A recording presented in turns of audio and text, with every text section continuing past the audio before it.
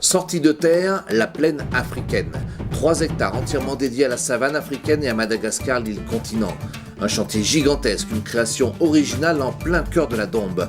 Un nouveau pari en passe d'être réussi dans la chaleur et la poussière. Regard en coulisses sur le chantier.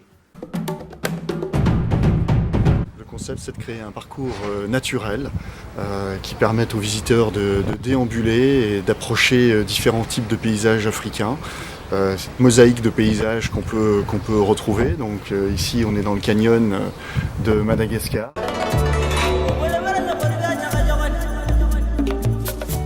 C'est un chantier exceptionnel par sa grandeur, la vitesse à laquelle il était réalisé. Le chantier couvre à peu près 3 hectares.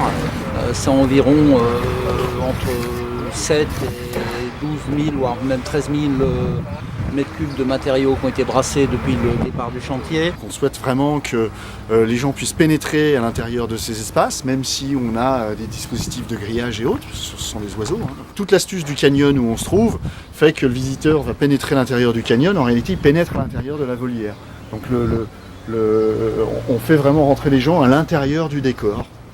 Et au niveau de la plaine africaine, ce sera exactement dans le même esprit, à la fois donc des zones relativement sèches comme on trouve en Afrique, à la fois certaines zones marécageuses, et on a choisi les essences qui tiennent essentiellement dans ces parties arides et qui sont adaptées à notre climat.